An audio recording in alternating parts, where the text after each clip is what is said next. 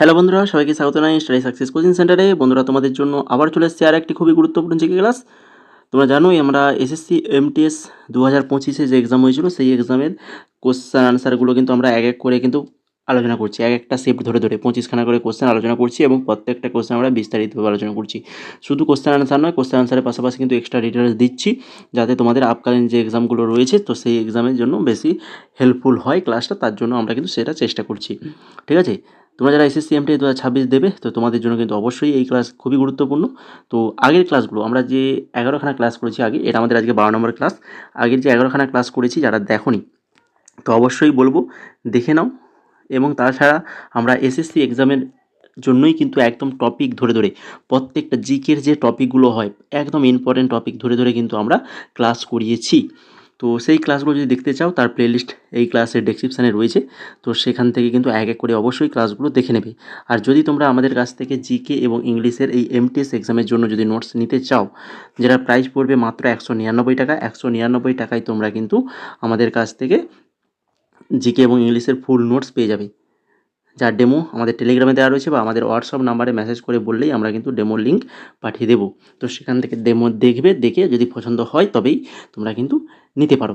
ঠিক আছে, তো চলো দেখে নিই আজকে ক্লাসে ফার্স্ট কোশ্চেন কী রয়েছে। নিচের কোন উৎসবটি 100 ঢোলের উৎসব নামে পরিচিত এবং গারো উপজাতিদের দ্বারা উদযাপিত হয়? 100 ঢোলের উৎসব নামে পরিচিত এবং গারো উপজাতিদের দ্বারা। এটা কিন্তু খুবই ভাইটাল, মনে রাখো। তো সঠিক অ্যান্সার যেটা হচ্ছে সেটা হচ্ছে ওয়াংলা উৎসব, যেটা কি 100 ঢোলের উৎসব নামে পরিচিত, এটা মনে রাখো। এবং এটা কাদের দ্বারা? গারো উপজাতিদের দ্বারা উদযাপিত হয়, এটাও ভালো করে মনে রাখো।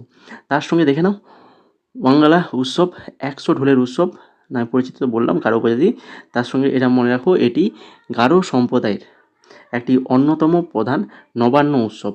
ভালো ফসলের জন্য তারা সূর্য দেবতা সালজংয়ের প্রতি কৃতজ্ঞতা জানিয়ে এই উৎসব আয়োজন করে। এর মূল আকর্ষণ কী রয়েছে না, সারিবদ্ধভাবে দাঁড়ানো শিল্পীদের 100টি বিশেষ ঢাক বা ঢোল বাজানো হয় এবং ঐতিহ্যবাহী পোশাক পরে তাদের নিজস্ব লোকনৃত্য পরিবেশন করে। ঠিক আছে, তারপরে দেখো 2 নম্বর কোশ্চেন। 2 নম্বর কোশ্চেনে কী বলেছে, নিম্নলিখিত কোন শাসককে 1801 সালে তার অর্ধেকের বেশি অঞ্চল ইস্ট ইন্ডিয়া কোম্পানিকে দিতে বাধ্য করা হয়েছিল? তার অর্ধেকের বেশি অঞ্চল ইস্ট ইন্ডিয়া কোম্পানিকে দিতে বাধ্য করা হয়। ঠিক আছে, তো সেটা হচ্ছে আওদের নবাব। সঠিক অ্যান্সার কী হবে? আওদের নবাব। এখান থেকে দেখে নাও, 1801 সালে আওদের বা অযোধ্যার নবাব সাদাত আলী খান দ্বিতীয়কে তাঁর অর্ধেকেরও বেশি রাজ্য বা অঞ্চল ইস্ট ইন্ডিয়া কোম্পানিকে হস্তান্তর করতে বাধ্য করা হয়েছিল।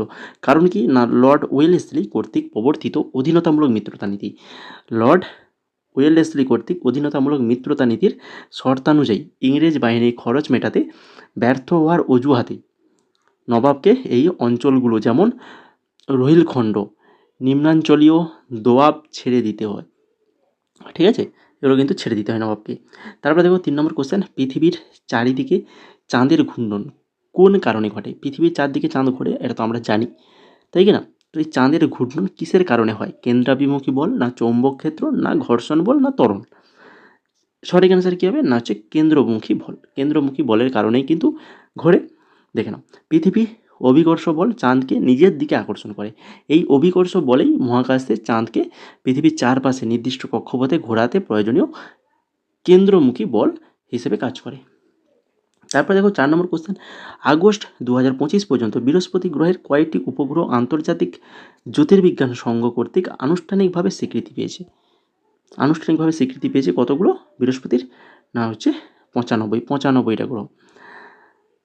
আন্তর্জাতিক জ্যোতির্বিজ্ঞান সংঘ IAU কর্তৃক আনুষ্ঠানিকভাবে স্বীকৃত বৃহস্পতি গ্রহের উপগ্রহ সংখ্যা 95টি। 2023 সালের শুরুতে 12টি নতুন উপগ্রহ আবিষ্কারের পর এই সংখ্যাটা 95তে পৌঁছেছে। তারপর দেখো 5 নম্বর কোশ্চেন, নিম্নলিখিত কোন উপাদান জনসংখ্যার বন্টনকে প্রভাবিত করে? মাটি, খনিজ, এই দুটোর মধ্যে কোনটা জনসংখ্যা বন্টনকে প্রভাবিত করে? তো জনসংখ্যা বন্টনকে প্রভাবিত করে কিন্তু দুটোই, মাটিও এবং খনিজ, দুটোই প্রভাবিত করে। তাহলে অপশান নাম্বার সি হয়ে যাবে আমাদের এখানে সঠিক আনসার। দেখে নাও, মাটি কীভাবে না, উর্বর মাটি কৃষিকাজের জন্য অত্যন্ত উপযোগী। উর্বর নদী অববাহিকা ও পলিগঠিত অঞ্চলে প্রচুর ফসল ফলে বলে সেখানে ঘনবসতি গড়ে ওঠে, যেমন গঙ্গা নদী অববাহিকা। তাছাড়া খনিজ, যেসব অঞ্চলে প্রচুর মূল্যবান খনিজ সম্পদ পাওয়া যায়, সেখানে শিল্পায়ন ও কর্মসংস্থানের সুযোগ তৈরি হয়। ফলে প্রতিকূল আবহাওয়া বা ভৌগোলিক অবস্থা সত্ত্বেও সেখানে প্রচুর মানুষের বসবাস শুরু করে, যেমন দক্ষিণ আফ্রিকার সোনা ও হীরা খনি অঞ্চল। ঠিক আছে, এবার যেটা আমরা বলেছিলাম যে নোটসের কথা, জিকে এবং ইংলিশের নোটস, তো যে নোটসে তোমরা কী কী পাচ্ছ, সব কিছুই পাবে। জিকে ইংলিশের সমস্ত কিছুটাই তোমরা পাবে, প্রিভিয়াস ইয়ার থেকে শুরু করে প্র্যাকটিস সেট সমস্ত কিছুটাই তোমরা পাবে। কারেন্ট অ্যাফেয়ার্সও পাবে, ইংলিশের টপিক ওয়াইজ পেয়ে যাবে, টপিক ওয়াইজ নোটস পাবে, সমস্ত কিছুটাই পাবে মাত্র 199 টাকায়। যেখানে দেখো জিকের প্রিভিয়াস ইয়ার আছে 7,000 এবং টপিক ওয়াইজ আছে 2,000, তার পাশাপাশি 100খানা প্র্যাকটিস সেট দেওয়া হবে। তারপরে ইংলিশে দেখো 2,600খানা প্রিভিয়াস ইয়ার এবং তার সঙ্গে টপিক ওয়াইজ এই যে ইংলিশের দেখে নাও, প্রত্যেকটা টপিক এখানে রাখা হয়েছে। কোশ্চেনগুলো তোমরা হিসাব করে নাও কতগুলো হচ্ছে, সব সাইডে লিখে দিয়েছি। তাছাড়া আর কি পাচ্ছ, কারেন্ট অ্যাফেয়ার 2025-26 পাচ্ছ। তো এই হচ্ছে আমাদের হোয়াটসঅ্যাপ নাম্বার, যদি কেউ নিতে চাও এই হোয়াটসঅ্যাপ নাম্বারে আমাদেরকে মেসেজ করো। তারপরে দেখো 6 নম্বর কোশ্চেন, ড্যাশে ইউরোপীয় southern observatory extremely large telescope ELT নির্মাণ করছে, যা বিশ্বের বৃহত্তম অপটিক্যাল টেলিস্কোপ হতে চলেছে। ড্যাশে কোথায়, হচ্ছে চিলিয়ে ইউরোপীয় southern observatory extremely large telescope নির্মাণ করছে, যা বিশ্বের বৃহত্তম অপটিক্যাল টেলিস্কোপ হতে চলেছে। তারপরে 7 নম্বর কোশ্চেন, শব্দ তরঙ্গ সম্পর্কে নিচের কোনটা সঠিক। শব্দ তরঙ্গ, সংকোচন উচ্চচাপের অঞ্চল আর প্রসারণ নিম্নচাপের অঞ্চল, কোনটা সঠিক। দুটোই, এখানেও কিন্তু দুটোই কিন্তু সঠিক। সংকোচন এটি মাধ্যমটির একটা উচ্চ ঘনত্ব ও উচ্চ চাপের অঞ্চল, যেখানে কণাগুলি খুব কাছাকাছি চলে আসে। আর প্রসারণ এটি মাধ্যমটির একটা নিম্ন ঘনত্ব ও নিম্ন চাপের অঞ্চল, যেখানে কণাগুলি একে অপরকে থেকে দূরে সরে যায়। তারপরে 8 নম্বর কোশ্চেন, অন্ধ্রপ্রদেশের কোন বন্দরটি একটি ল্যান্ড লকড হারবার বা হচ্ছে ভূ আবদ্ধ বন্দর। অন্ধ্রপ্রদেশের কোন বন্দরটি একটি ভূ আবদ্ধ বন্দর, সেটা হচ্ছে বিশাখাপত্তনম। বিশাখাপত্তনম হয়ে যাবে সঠিক আনসার। প্রথম পুরুষ টি-20 বিশ্বকাপ কবে অনুষ্ঠিত হয়েছিল। প্রথম পুরুষ টি-20 বিশ্বকাপ যেটা অনুষ্ঠিত হয়েছিল কত সালে, না হচ্ছে 2007। 2007 সালে অনুষ্ঠিত হয়েছিল, 11 থেকে 14 আর 24শে সেপ্টেম্বর অনুষ্ঠিত হয়েছিল। আর হচ্ছে আয়োজক দেশ ছিল দক্ষিণ আফ্রিকা, চ্যাম্পিয়ন হয়েছিল ভারত, ফাইনালে পাকিস্তানকে 5 রানে হারিয়ে শিরোপা জিতেছিল। তারপর 10 নম্বর, মিশন কোকিং কোল এর লক্ষ্য হলো ভারতের দেশীয় কাঁচা কোকিং কয়লা উৎপাদন FY সালের মধ্যে 140 মিলিয়ন টনে উন্নীত করা। মিশন কোকিং কোল এর লক্ষ্য হলো ভারতের দেশীয় কাঁচা কোকিং কয়লার উৎপাদন FY কবে, কত 2029-30 সালের মধ্যেই 140 মিলিয়ন টনের উন্নীত করা। তারপরে 11 নম্বর দেখো, নিম্নলিখিত কোন বইটি রাস্কিন বন্ড লিখেছেন। রাস্কিন বন্ডের লেখা বই সেটা কোনটা, দেখো option number B, book of humour. Book of humour যেটা হচ্ছে রাস্কিন বন্ডের লেখা একটি বই।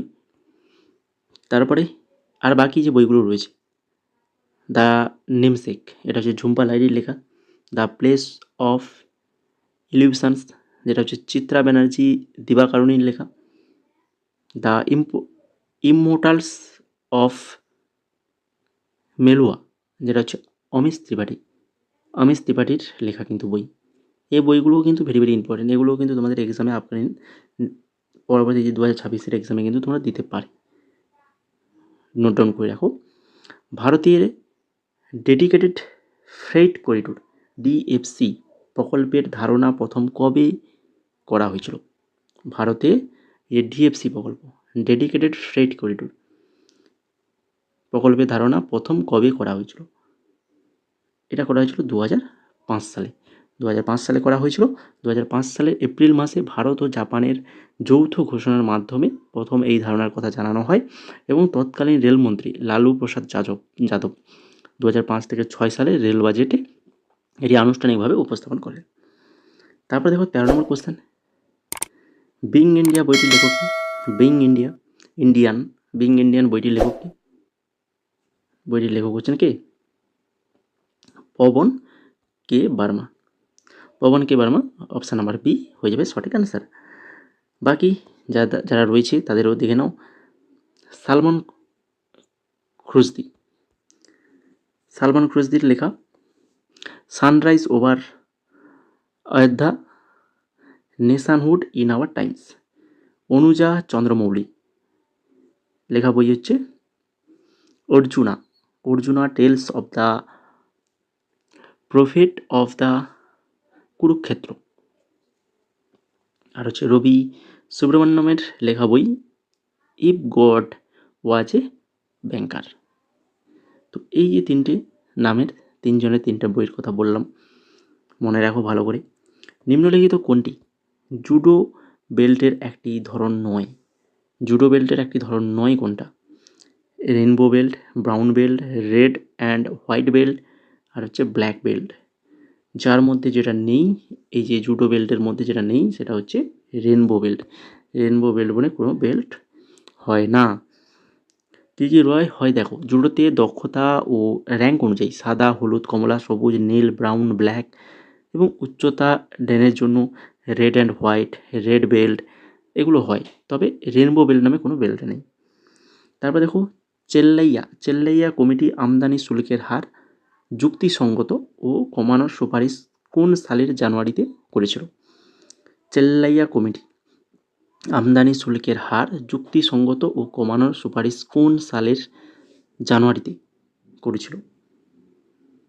1993 সালের জানুয়ারিতে করেছিল। রাজা চেল্লাইয়ার নেতৃত্বে গঠিত ট্যাক্স রিফর্মস কমিটি 1993 সালের জানুয়ারিতে তাদের চূড়ান্ত প্রতিবেদন জমা দিয়ে আমদানি শুল্কের হার যুক্ত করা এবং কমানোর সুপারিশ করেছিল। কমিটি গঠন হয়েছিল 1991 সালে আগস্টে, আর সুপারিশ জমা দেওয়ার সময় জানুয়ারি 1993। তারপর দেখো, লাট খান মন্দির ভারতের কোন রাজ্যে অবস্থিত? লাট খান মন্দির এটা রয়েছে কোথায় না, হচ্ছে কর্ণাটকে রয়েছে ভারতের লাট খান মন্দির। এই লাট খান মন্দিরটি ভারতের কর্ণাটক রাজ্যের বাগালকোট জেলায় আইহোলে অবস্থিত। এটি চালুক্য রাজবংশের আমলে নির্মিত ভারতের অন্যতম প্রাচীন হিন্দু মন্দির। এটি মূলত শিবের উদ্দেশ্যে উৎসর্গিত হলেও পরবর্তীকালে লাট খান নামক একজন মুসলিম যুবরাজ বা সেনাপতি এই ভবনের সাময়িকভাবে বসবাস করার স্থানটি লাট খান মন্দির নামে পরিচিত হয়।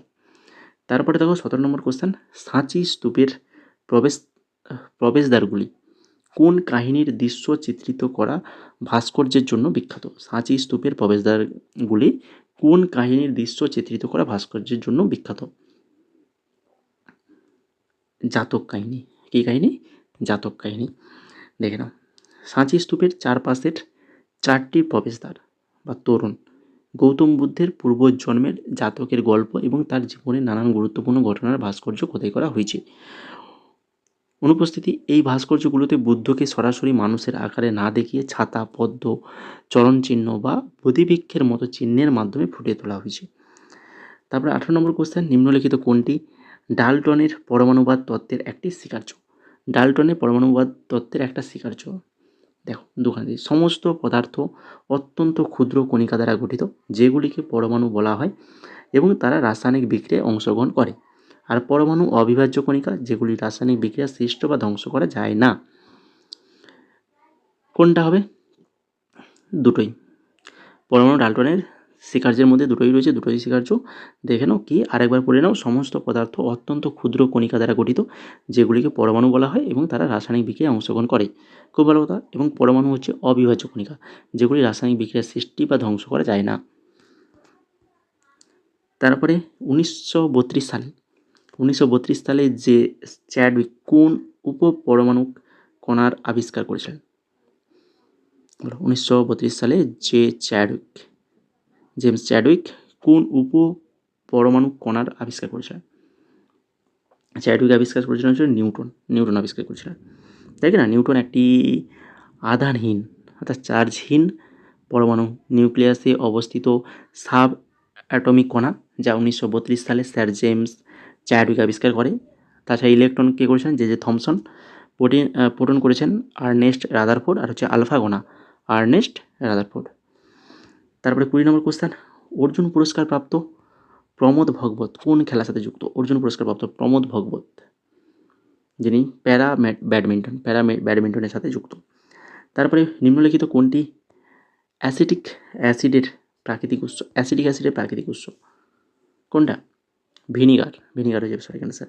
এই যে ফার্মেন্টেশন বা গাজন প্রক্রিয়ার মাধ্যমেই গ্লুকোজ বা অ্যালকোহল থেকে প্রাকৃতিকভাবে ভিনিগার তৈরি হয়, যাতে প্রায় 4 থেকে 8% অ্যাসিটিক অ্যাসিড থাকে।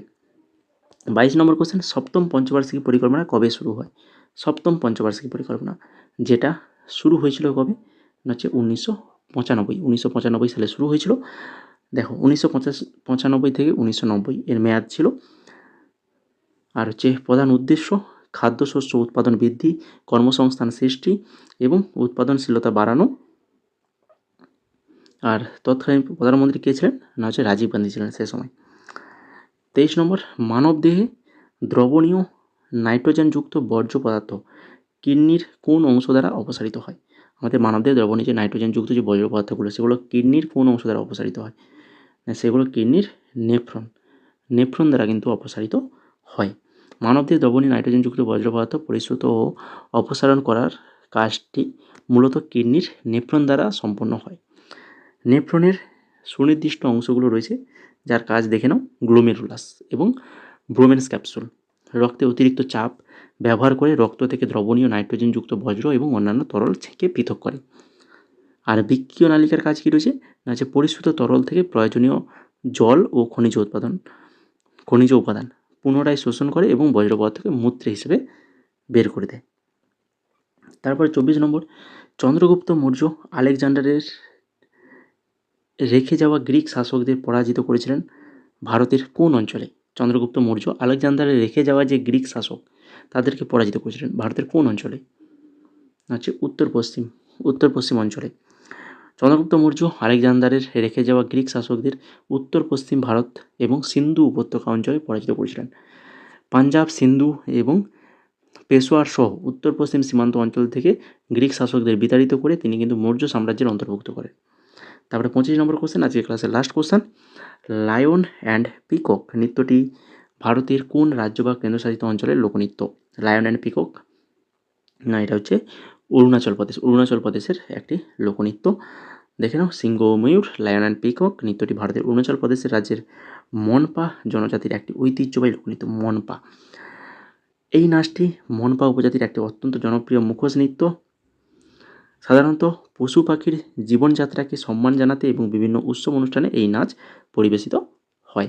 তো এই ছিল 25খানা কোশ্চেন। আশা করি সবার ক্লাসটা ভালো লেগেছে এবং সবাই ইতিমধ্যে নিশ্চয়ই লাইক কমেন্ট শেয়ার করে ফেলেছো। যারা করোনি তো করে দাও, তোমাদের জন্যই এইভাবে আমরা কিন্তু কোশ্চেন আনসারগুলো নিয়ে আসছি, পরবর্তীতেও নিয়ে আসবো। তো তোমাদের বন্ধুদের মাঝে শেয়ার করো, তাদের কাছেও এই সকল ক্লাসগুলো যেন পৌঁছে যায়, ঠিক আছে? আর বাকি তোমরা যারা যদি আমাদের এই নোটসগুলো নিতে চাও তো প্রাইস পড়ে যাবে কত, 199, মাত্র 199 টাকায় পেয়ে যাবে। এই হচ্ছে আমাদের হোয়াটসঅ্যাপ নাম্বার, মেসেজ করো। ডেমো আমাদের টেলিগ্রামে দিয়ে দেওয়া আছে, তো ওখান থেকে দেখে নিতে পারো। ডেমো আলাদাভাবে ভিডিও বানিয়ে দিয়েছি, সেখান থেকে দেখে নিতে পারো। আমাদের হোয়াটসঅ্যাপে মেসেজ করলে আমরা পাঠিয়ে দেবো। তো অনেকভাবেই তোমরা ডেমো দেখতে পাবে। তো ডেমো যদি দেখতে চাও তো আমাদেরকে মেসেজ করো। আর রেলওয়ের সায়েন্স এবং আরেকটা এখানে অ্যাড করা নেই, যেটা হচ্ছে জেনারেল নলেজ জিকের 12,000, ভাবতে পারছো 12,000 জিকে কোশ্চেনের পিডিএফ কিন্তু রেলওয়ের জন্য বানানো হয়ে গেছে, যার প্রাইস রয়েছে মাত্র 51 টাকা। আর সায়েন্সেরও আর 8,500 কোশ্চেন রয়েছে মাত্র 51 টাকা। দুটো পিডিএফ একসঙ্গে নিলে তোমরা কিন্তু 99 টাকায় পেয়ে যাবে। তো যদি কেউ নিতে চাও, রেলওয়ে এক্সামের জন্য প্রিপারেশান নিচ্ছ, তো অবশ্যই দুটো পিডিএফ তোমরা সংগ্রহ করে নিতে পারো আমাদের এই হোয়াটসঅ্যাপ নাম্বারে মেসেজ করে, ঠিক আছে? তাছাড়া বাকি আর অন্যান্য যে পিডিএফগুলো রয়েছে দেখে নাও এখানে। যদি তোমরা কেউ নিতে চাও, গ্রাম পঞ্চায়েত এক্সামের জন্য পিডিএফ রয়েছে, সমস্ত এক্সামের জন্য কম বেশি পিডিএফ রয়েছে। তোমরা যেটা নিতে চাও আমাদেরকে মেসেজ করো, আমরা বলে দেবো কীভাবে পেমেন্ট করবে। পেমেন্ট করার সঙ্গে সঙ্গে তোমরা কিন্তু পিডিএফগুলো কোথায় পাবে না, একদম তোমাদের হোয়াটসঅ্যাপ নাম্বারেই কিন্তু পিডিএফগুলো পাঠিয়ে দেওয়া হবে, যেগুলো তোমরা প্রিন্ট আউটও করতে পারবে, ঠিক আছে?